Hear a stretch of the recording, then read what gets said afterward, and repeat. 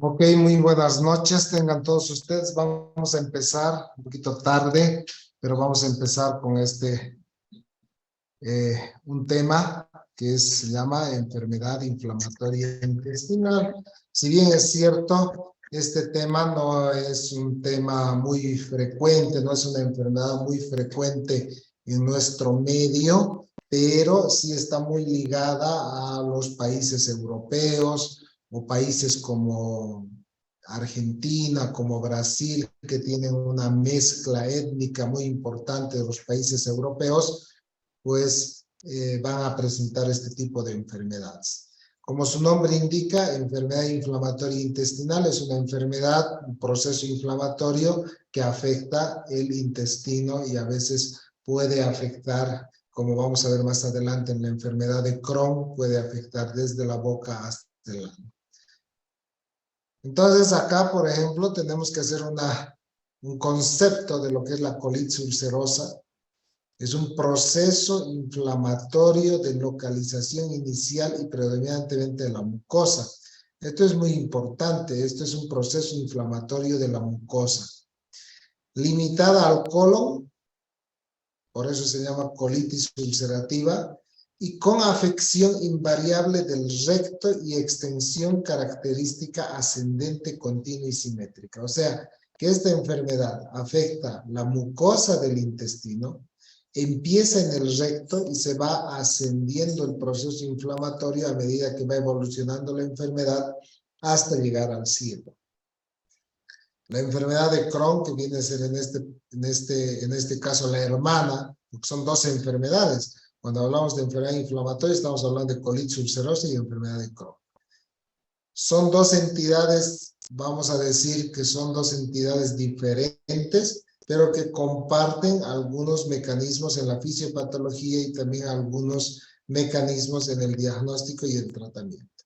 La enfermedad de Crohn es un proceso inflamatorio, igual que la colitis, se localiza de localización transmural. Miren, la primera diferencia entre la colitis es digamos, su afección transmural. Esta es la mucosa, esta es transmural. Produce unos granulomas y unas cicatrices. Es de inicio insidioso en la submucosa, que puede afectar a cualquier área del tracto gastrointestinal y de forma característica discontinua y asimétrica. Vamos a ver algunas diferencias siempre entre ambos. Miren, por ejemplo, la colitis ulcerosa, como les había explicado, ¿no? Empieza en el recto y empieza a ascender hasta llegar a veces a afectar todo el intestino grueso. La enfermedad de Crohn, vean, ¿no? Como es discontinua, ¿no? Puede afectarse el colon sigmoides, puede afectarse el transverso, puede afectarse el ciego, generalmente el ilion terminal. Ya vamos a ver, miren cómo no es una enfermedad continua, ¿no? Como la colitis ulcerosa, sino es más bien discontinua, salteada, y que una característica importante es que esta enfermedad de Crohn produce estenosis en el intestino y fístulas, como vamos a ver más adelante. Entonces, acá en la patogénesis existe un factor gatillo, algo que va a gatillar la enfermedad. Estos factores gatillantes pueden ser ambientales o también, generalmente, estos factores gatillo ambientales son una infección intestinal, una infección viral, drogas, vacunas, dieta, ¿no? Entonces, cualquiera de estos factores gatillantes en un paciente con predisposición genética va a, gatillar la enfermedad.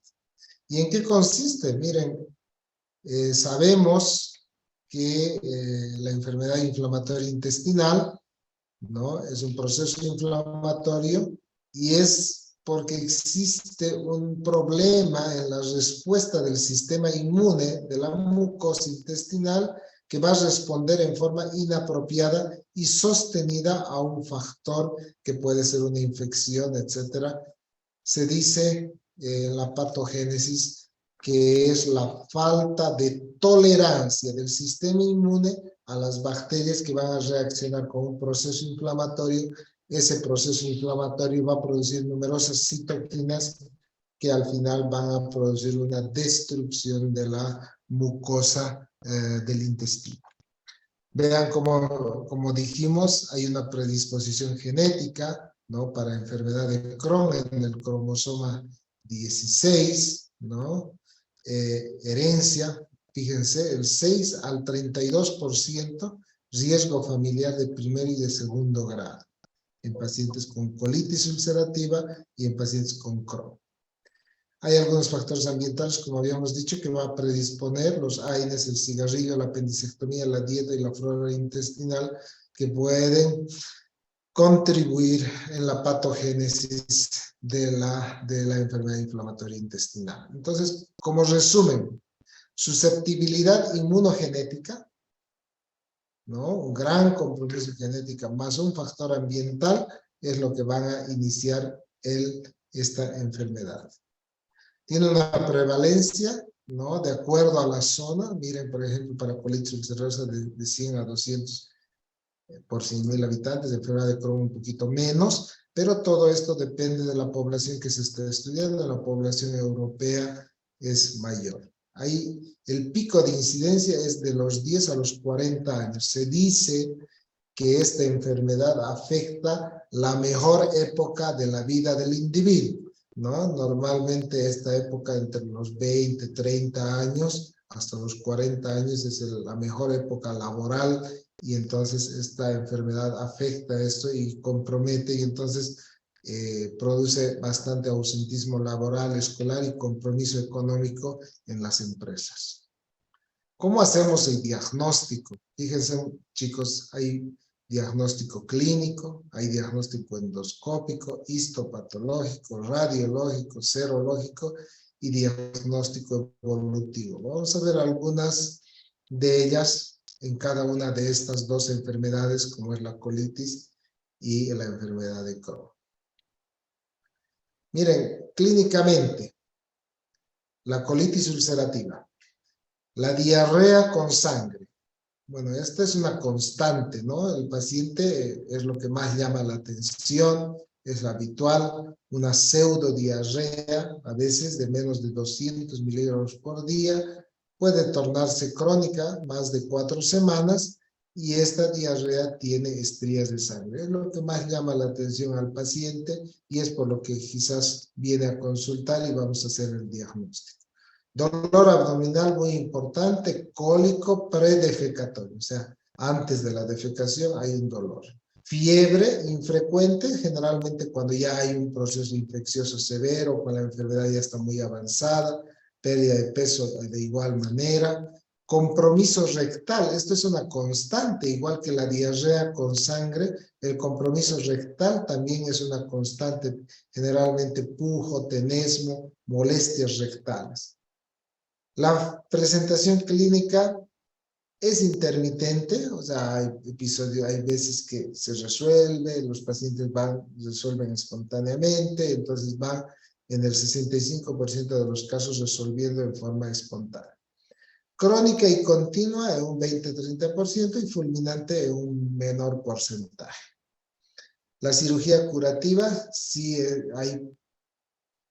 se la realiza una proctocolectomía, ¿no? Entonces a veces hay que hacer una resección en casos complicados como en el megacolon tóxico y ahí vamos a tener un no se escucha nada del lugar que vamos a dejar, que es el pouch, que se llama como la bolsa, y eso se llama pouchitis. Bueno, ¿cómo es la colitis ulcerosa por vía endoscópica? Habíamos dicho al inicio que la distribución era continua y que empezaba en el recto. Entonces es así, empieza en el recto en forma continua, de distal hacia proximal, del recto hacia arriba. El compromiso rectal es constante, el compromiso ileal casi nunca, por no decir nunca, hay compromiso ileal, porque si hay compromiso ileal habría que pensar en Crohn. El aspecto de la mucosa es granular, inflamatoria, hay úlceras de diferentes tamaños, variables. Las fisuras casi no existen y los pseudopólipos son frecuentes ya cuando la enfermedad es crónica. Vean unas imágenes de la colitis ulcerativa. Miren, así se ve la mucosa del colon en forma normal, esa mucosa conservada con patrón vascular, los pliegues del colon bien formados, etc. Y acá miren el proceso inflamatorio, ese aspecto empedrado de la mucosa del colon, un proceso inflamatorio continuo que, como nuevamente les voy a repetir por tercera vez, esta enfermedad empieza en el recto y se va ascendiendo en forma proximal. Miren cuando hay ya la enfermedad es moderada, severa.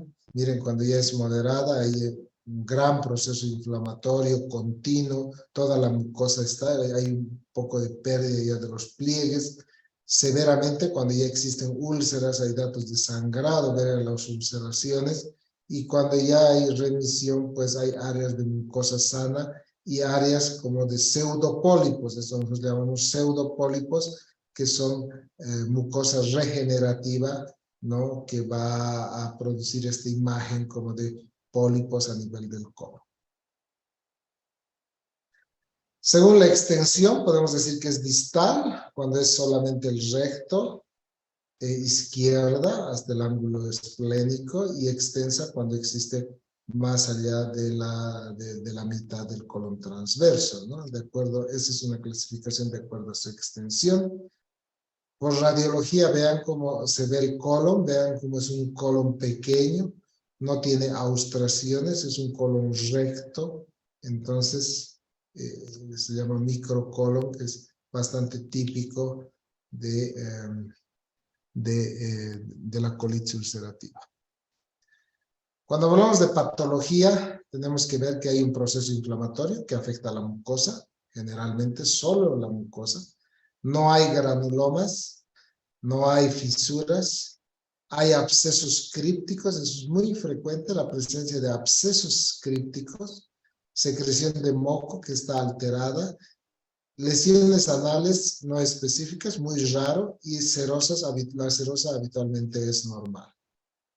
Entonces acá tenemos, por ejemplo, una imagen microscópica donde vemos esto que son los abscesos crípticos, ¿no? Los abscesos, las imágenes de los abscesos crípticos que van a ser diagnóstico de colitis ulcerativa.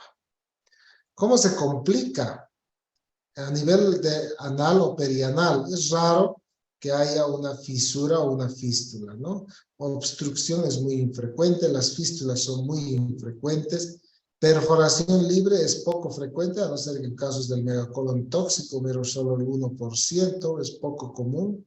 Un megacolon tóxico que se perfore un 1% y que aparezca el megacolon tóxico un 6%.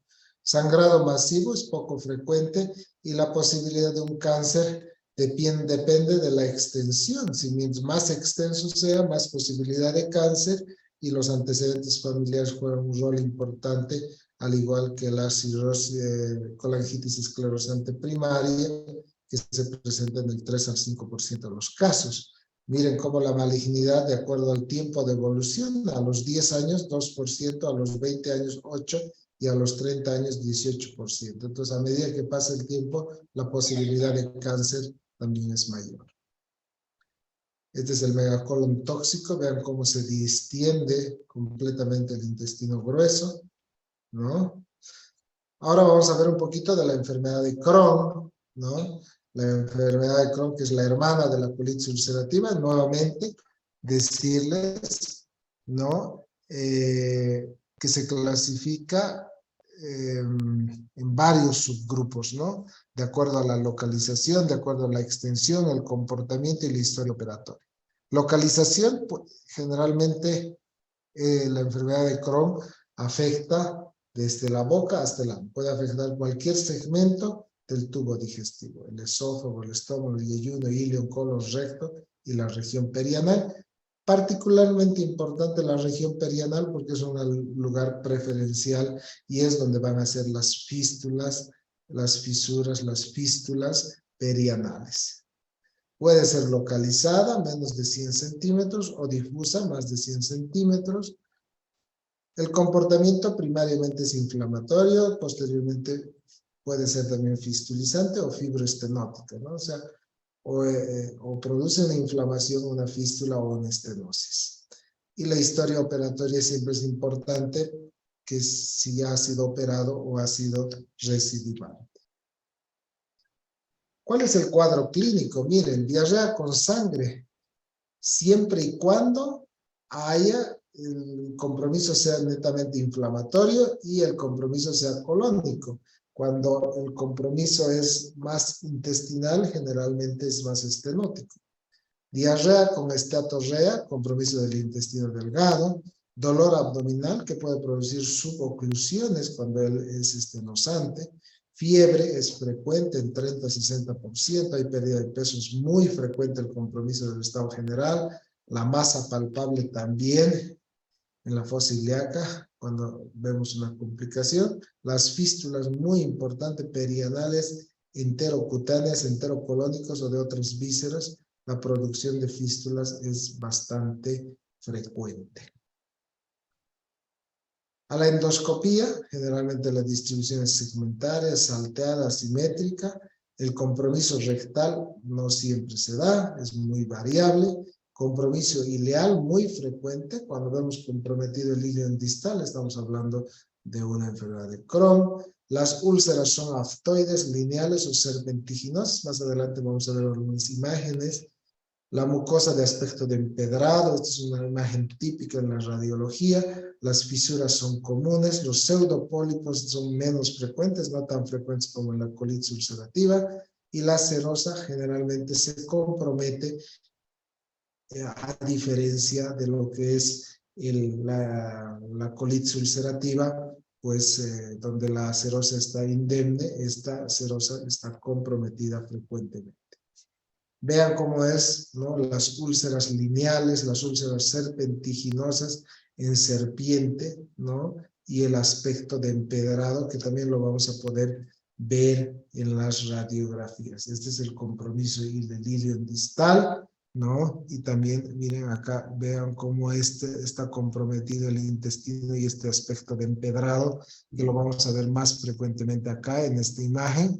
Miren como existiera como un empedrado del intestino. Y la presencia obviamente de fístulas perianales que pueden ser simples o complejas, que pueden ser entre vísceras o con la piel.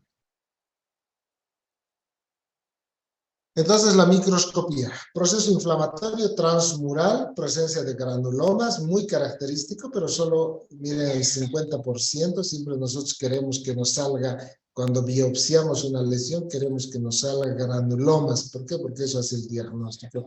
Pero solo el 50% de los pacientes van a cumplir este criterio.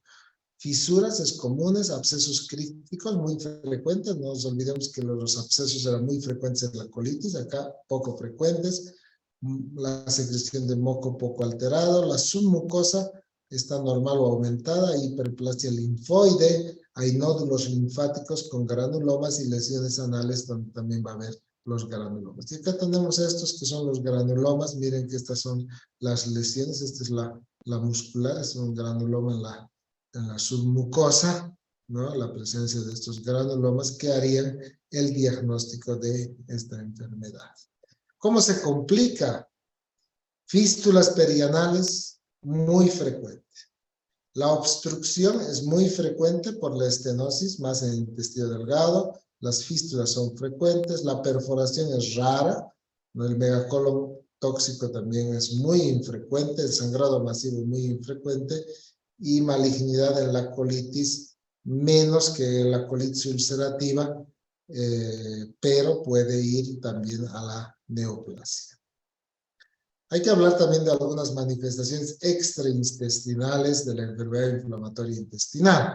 Miren cómo existe un abanico de lesiones osteoarticulares, oftalmológicas, hepatológicas, cutáneas y hematológicas. Acá, por ejemplo, en las osteoarticulares, las artralgias, las artritis, la sacroileitis, la espondilitis anquilosante. son manifestaciones extraintestinales. Entonces, cuando muchas veces vemos una artritis o el reumatólogo o el traumatólogo ve una artralgia, puede ser, se debe sospechar, o sea, un problema articular asociado a un problema intestinal, hay que sospechar de enfermedad inflamatoria intestinal. Oftalmológicas, epiescleritis, uveitis anterior, también. Hepatológicas, la colangitis esclerosante primaria, la hepatitis autoinmune, la cirrosis biliar primaria. Entonces, es muy importante también sospechar, cuando nosotros hacemos diagnóstico de esto, sospechar que puede haber una colopatía inflamatoria.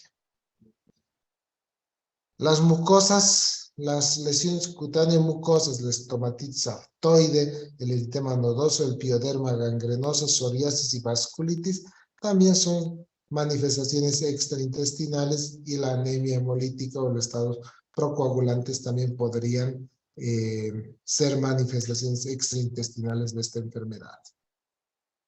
Seguimos con algunas relaciones entre la actividad y la respuesta al tratamiento. Por ejemplo, fíjense que cuando hay eritema nodoso o artritis, la relación con la actividad es bastante fuerte. ¿Qué quiere decir? El paciente va a tener su dolor articular y va a tener una actividad inflamatoria activa dentro del intestino. Esto es, digamos, una manifestación que tiene relación con la actividad y la respuesta al tratamiento. El pioderma gangrenosa, la artritis tipo 2, la uveitis, tiene una relación intermedia con respuesta al tratamiento regular, y la sacroileitis, la colangitis esclerosante, débil relación con la actividad y mala con la respuesta al tratamiento. Con la serología podemos hacer diagnóstico. Vean cómo el PANCA tiene una sensibilidad del 58, 93, especificidad del 93 para la colitis, y el ASCA tiene también bastante especificidad en la enfermedad de Crohn. El diagnóstico diferencial los hacemos con las enfermedades infecciosas, ¿no? Citomegalovirus, tuberculosis, amebiasis, salmonelosis, Campylobacter, Yersinia, E. coli, histoplasmosis.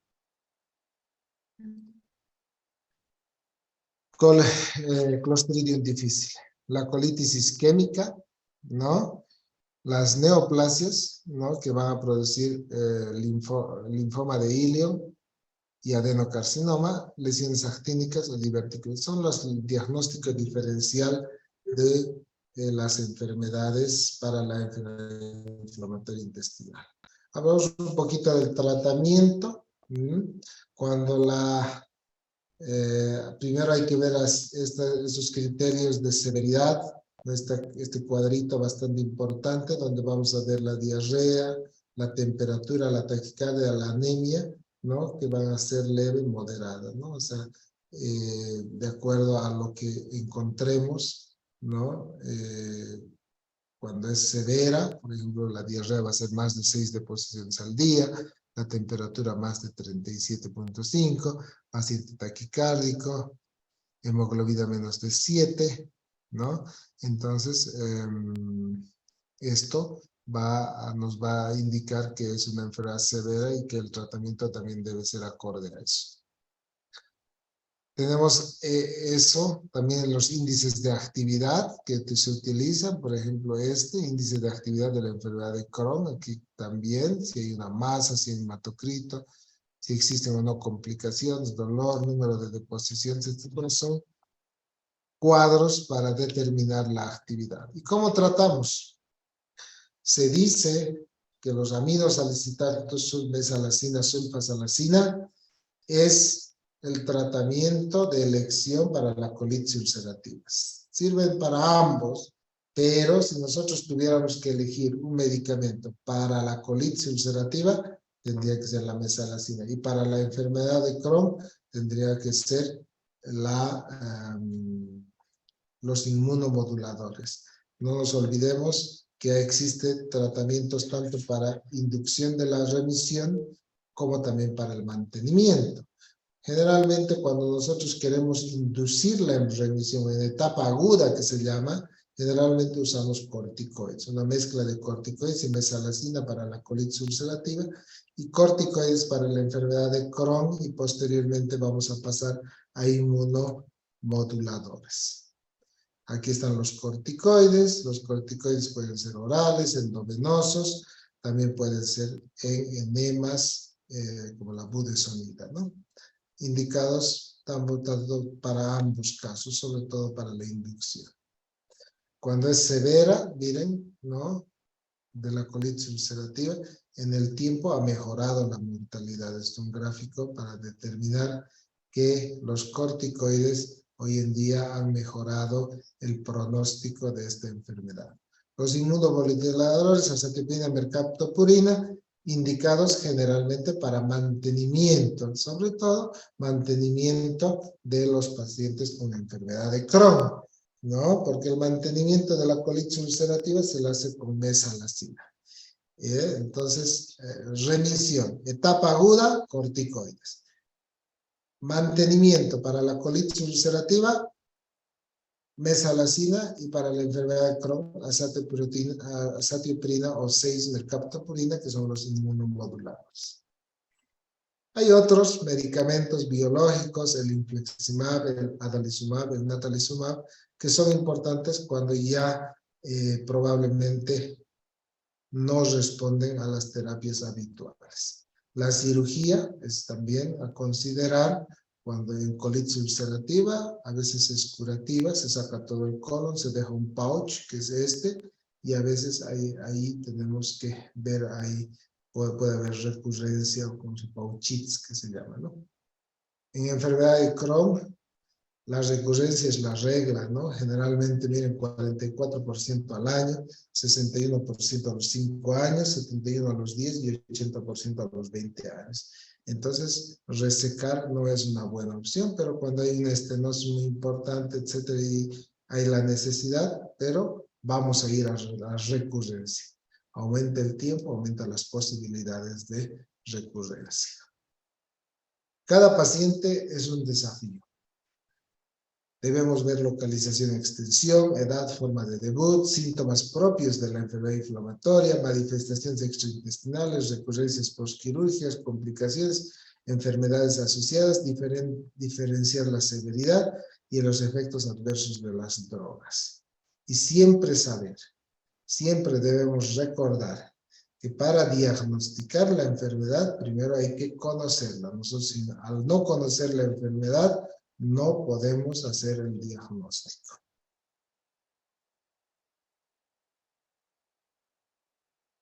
¿Ok? Entonces,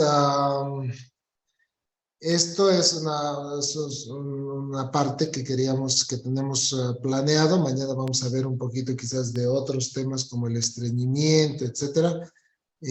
Vamos a ver cáncer de colon. Tenemos todavía varios temas más que tenemos que hablar. Y pues mañana los espero a las 7:30, mejor si es por Zoom. No sé si tienen alguna pregunta.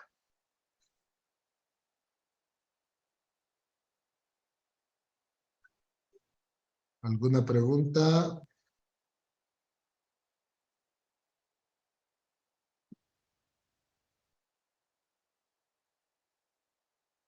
Hola. Doctor, todo estuvo claro. Sí.